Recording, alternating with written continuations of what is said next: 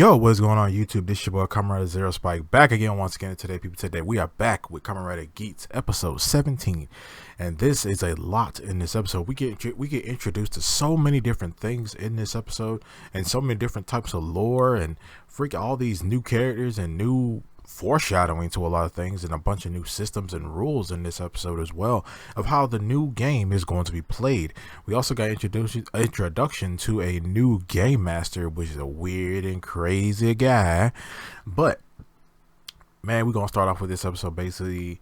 We introduced to the new game. Everybody get introduced in this episode. We introduction to two new characters who are players, which is Sai and Shinichi, and well, Daiji, my bad. Sai and Daiji, a sparrow and a wolf. So now we got something to counteract the fox thing, right? Now we got a wolf out here. But we see that these characters were actual finalists in a previous DGP, and they actually know Ace. So we Daiji is a sparrow, and Sai is a wolf. So now we found out that they actually know Ace. They've been actually in the game multiple games with Ace, and they actually are here to defeat him. We see that the whole thing is being broadcasted and stuff like that, and we actually Daiji does ask a question about that, like, where is the DGP, where is all this stuff like being broadcasted, because it's not on television and it's not on the net. So where is this all being broadcasted to, and who are these audience members in this? But we get introduction to the new rules of the game. Essentially, it's a kind of like a popularity contest. But we'll get to that in a second. So that we introduced to the new game, well, basically we have a bunch of delinquent Jamato, which was so freaking hilarious. We have a bunch of delinquent Jamato, and we have the goal of the game is to basically beat them. And when they go ahead and go through the first stage in it, well, defeating the delinquent Jamato, we end up seeing that now they're all going to be boarding with each other. So now they're basically going into the whole reality TV show type thing, where all of them now have to stay there. And that's when Tycoon, he goes and talks to his sister about, like, yeah, I'm gonna be staying at a friend's house for a while, and she kind of picks on him for it not being a girl, things like that, classic little sister crap. But that being said, we see that everybody kind of gets together in the main room, and we see that the game master just tells them that the point of this game is to find the disaster. The disaster, a play on words of disaster.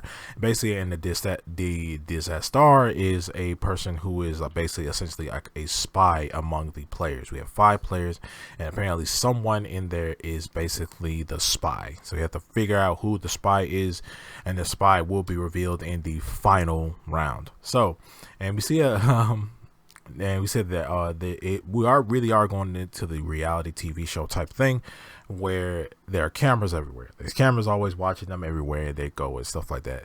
So we end up seeing that they're boarding with each other. So now everybody ends up having to share the lounge room essentially, and pick places in between it. We see that Daiji, he is the one who he mostly suspects Ace. Of course he suspects Ace. Of course he suspects Ace. But we see that Ace isn't there. Ace is actually talking to one of the sponsors, who is Gene. Now Gene is the guy who created the jet buckle. He's the guy who basically gave him the jet buckle and tells him that, yeah, he said, hey, I'm thinking that did this guy fund it, or did he create it? And why did it specifically just go to Ace right then and there? But he does tell Ace about, like, hey, I hope you find out. I'm really looking forward to you finding out who your mother is, and why exactly you exist. And I wonder, how do you know that? Like, I wonder, like, this guy's been watching the entire time. Must have, because Ace didn't tell that to anybody else, he only told that to Sumini, unless Sumini went off and told somebody and he spread around. But I don't think Sumini did that. So we end up seeing that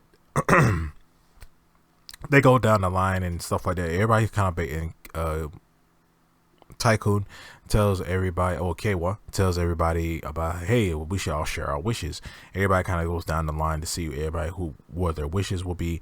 We see that Sai, she wants to never lose her athletic ability, and we see this later on in the episode, her awesome athletic ability and agility and things like that. Then we end up seeing that Neon, she wants genuine love. Keiwa wants, to have all the people who have died to Jamato to come back. But Daichi, he wants, is it Daiji or Daichi? I'll say Daiji. Daiji wants infinite knowledge. He wants knowledge. He wants everyone's memories. He literally said that I want everyone's memories, infinite knowledge.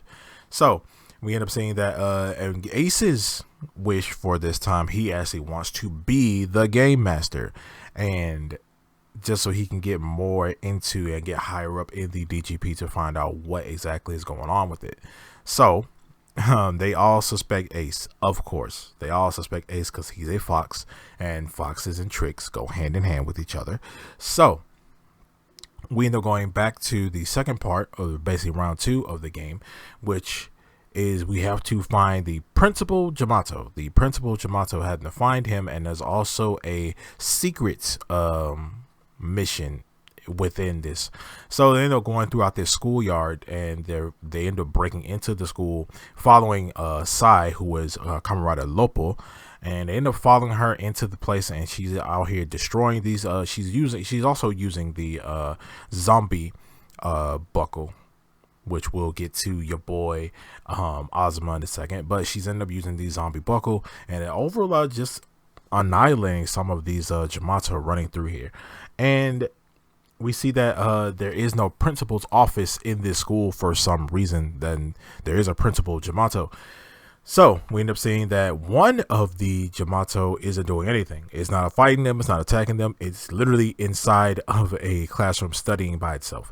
And that's when Sparrow, or Daiji, basically says that, hey, Geats, attack that one. And he ends up destroying, and that's when Geats ends up going up and destroying that Jamato and clearing the secret mission.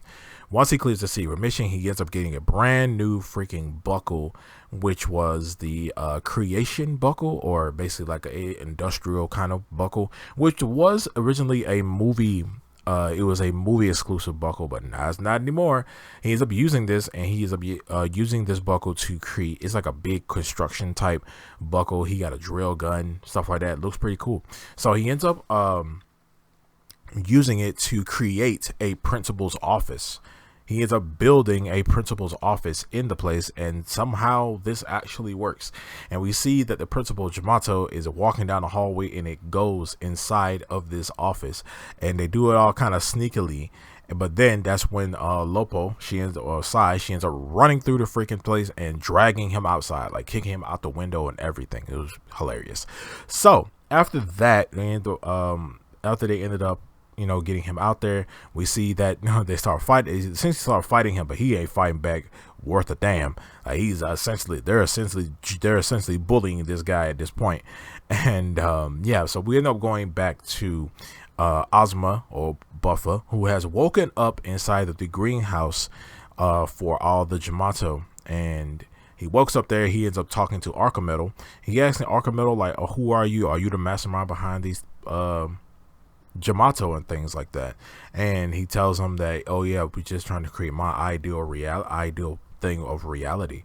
So I feel like Archimedo most likely is one of the main villains, especially since he's trying to do all this stuff.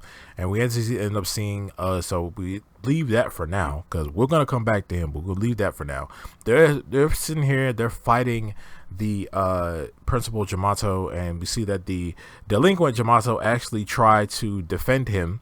So while he's doing that, we see that Ace ends up using the creation buckle, and he's actually able to take the creation buckle and put other buckles inside of it, and creating an enhanced form of other buckles. He takes it, and he ends up making an enhanced version of the hammer. Using the hammer, beat down some Jamato, then takes a sword, puts a sword in it, and creates a giant sword and destroys this principal Jamato, ending the game. And we have the whole new point system this time, which is given to them by the audience. So we see that everybody got a certain percent of the pie chart essentially, and Neon got 9%. KY got 1%. I'm like, why is KY taking so many L's in this episode? Like, why are y'all doing this to him? What's happening? They just turned KY into like the guy that no one likes. And I like KY. He's my favorite character. And y'all doing this to KY. It's so stupid. I was like, man, why y'all doing this to KY the whole time? And so KY gets 1%, Nea gets 9%, and Lopo gets, well, yeah, Sai, she gets 30%. Daichi gets 20, and Ace gets like, I've got the numbers. Essentially, Lopo essentially won. She got the most votes because of how awesome she was during the fight. And basically, it's a big popularity contest voted to by the audience of who they liked the most. Even though Ace won the game and ended the game, he still was not the most liked person behind the audience. So after that, they end up winning the game and stuff like that. But essentially, Lopo basically won this game. And we go back to Niram. I think it was Niram.